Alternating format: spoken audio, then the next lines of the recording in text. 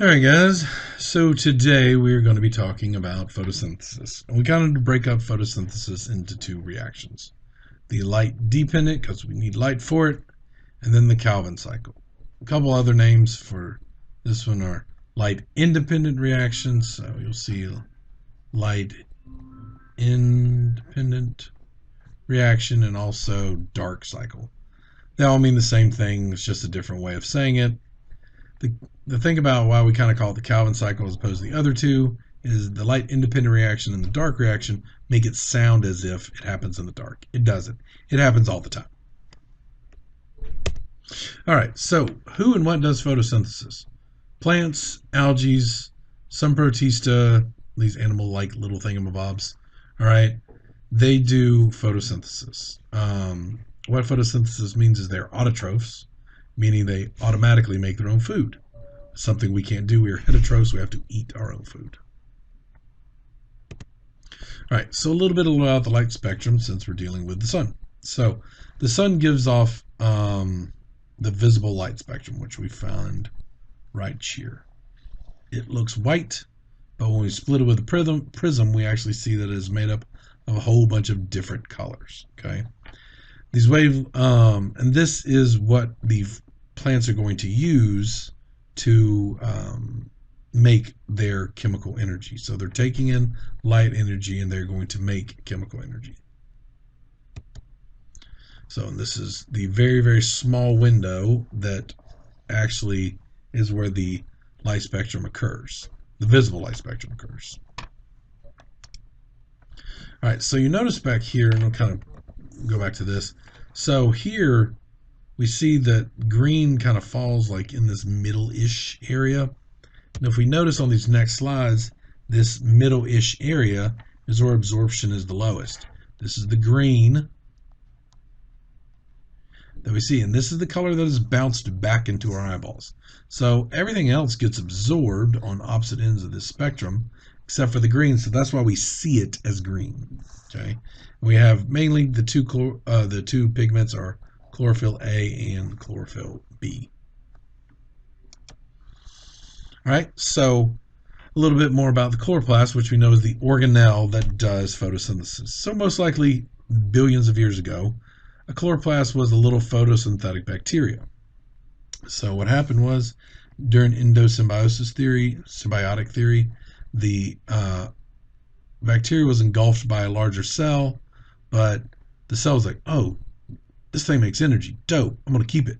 And then the bacteria is like, oh, dope. I get some protection. So they just had this mutually beneficial thing going on for a while. And then over time, the bacteria just, portion of it being its own little organism kind of dies out. And we're just left with the organelles. Like I said, the chlorophyll shows green because that is the color that is bounced back from us. Remember, plants breathe in CO2, quote unquote, breathe in and give off O2, which is dope because we get to live.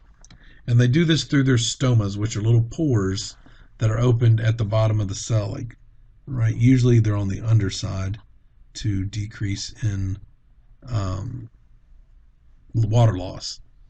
But what happens is O2 will leave, CO2 will enter through these pores.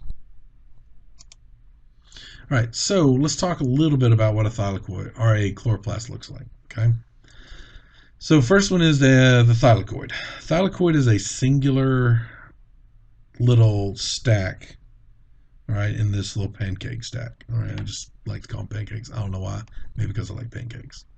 But in here, this is the thylakoid, and this is where we will do the light reaction or the light dependent reaction. Okay. So, and then granum is a stack of them.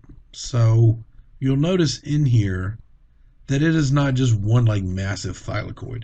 There are stacks upon stacks upon stacks upon stacks, all right, of these granum, which have a whole bunch of thylakoids. So we have to do this, the plant has to do this a bunch to be able to produce the energy it's required to grow, develop, and do all those other things. And then we have the stroma, which is all the stuff outside. So the analogy I like to make is it's kind of like the cytosol or the cytoplasm of a chloroplast. All right, and this is where we do the Calvin cycle. So thylakoid happen, or the light dependent reaction happens in the thylakoid. All right, in the stack of granum, which is the whole stack of thylakoids, and our Calvin cycle is going to happen in the stroma. All right, so a little bit about the basic overview, and you will need to memorize this equation. All right, C6 or C6, let me try this one more time. 6 CO2 plus 6 water plus that light energy or the photon. All right, go to make sugars and the H2O that we need to breathe. All right, so quick overview. The light-dependent reaction, big points. Occurs on the thylakoid membrane, uses H2O. We're going to split it, and we're going to create this concentration gradient, and we'll produce ATP and NADPH, and we end up with water as a happy little byproduct, or sorry, we end up with oxygen as a happy little byproduct for us.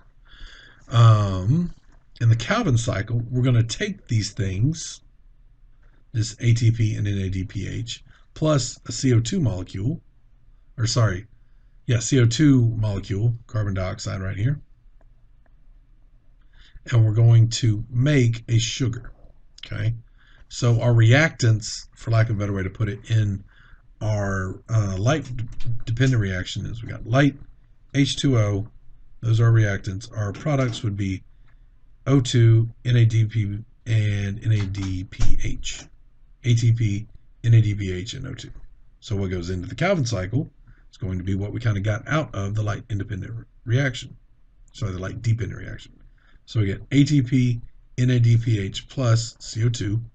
We're going to go into this bad boy. We get out sugars, and we get out the kind of half-used batteries of NADP plus and ATP and a phosphorus. All right, so big kind of question is okay, we know we need ATP, it's important, and whatevs. All right, how are we going to make that? Well, it's called phosphorylation. So we're going to use a concentration gradient, all right, and we're going to go from a high concentration to a low concentration across the membrane, and we're going to make a whole bunch of ATP, okay? So how do we do that? We're going to go through this kind of bit by bit, but here's kind of an overview of the light-dependent reaction. So hits, splits the water, we end up with a whole bunch of H plus ions. We got a high concentration, we got a low concentration. All right, so we're going to go from high to low, and in that process, we end up making ATP and NADPH. All right, so photosystem 2. Funny thing about photosystem 2 is it's actually the first one in line. However, it was found second, so that's why we call it photosystem 2. All right, its job is to take in the energy or the photon.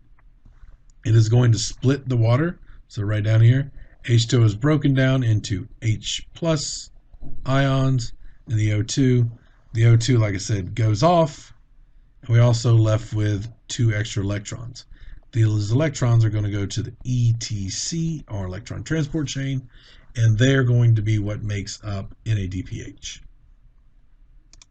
So kind of right here, boom, comes in, water split, the O2 goes off. Here's our little electrons going down the way. This is the electron transport chain. And we're building up this concentration gradient here.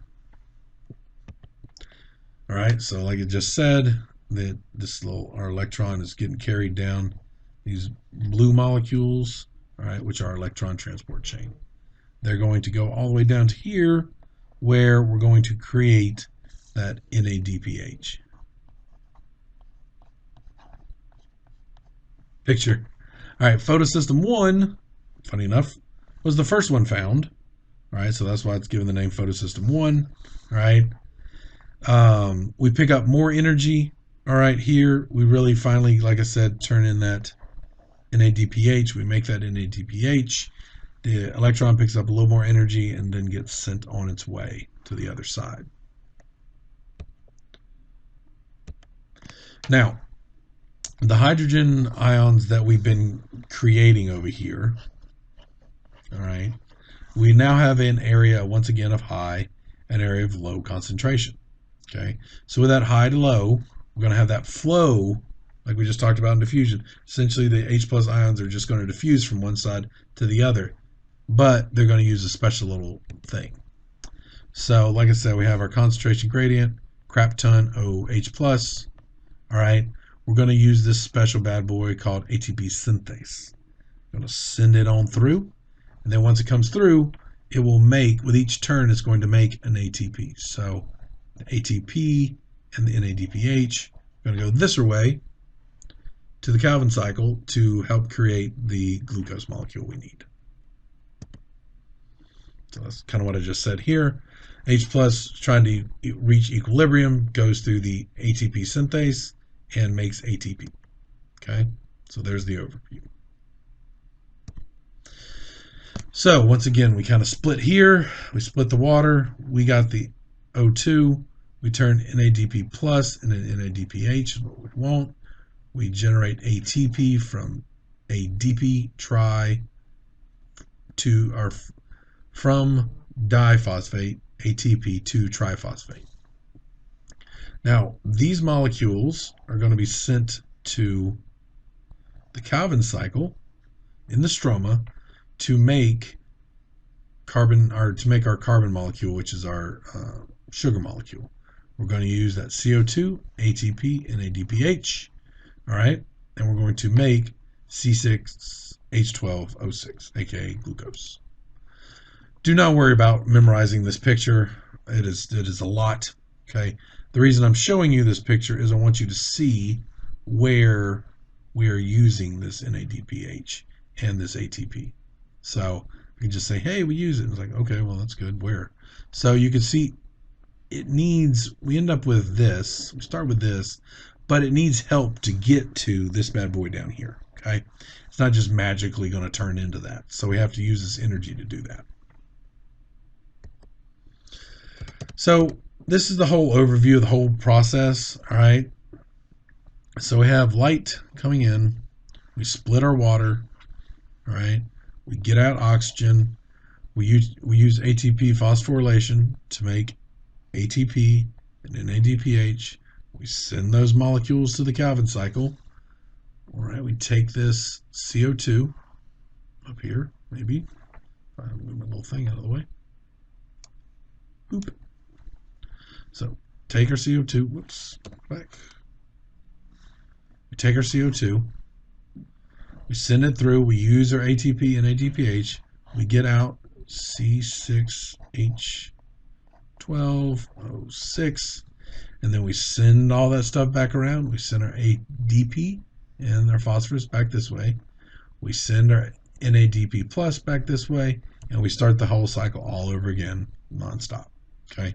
This reaction happens all the time, nonstop, day in and day out. Calvin cycle can run morning, noon, and night. We do need the photon or light energy for the light reaction. There's very few things that could hamper or slow down the rate of reaction for this. The three would be how much water we got, how much sun we got, and temperature will slow it down too. If it gets too cold, we slow it down. If we don't have enough light, it'll slow down. If we're running out of water, because we need that water to split to create the ATP phosphorylation. So if we don't have enough water, that can also slow it down too. That's it for photosynthesis. We will pick up and we'll start talking about cellular respiration very soon.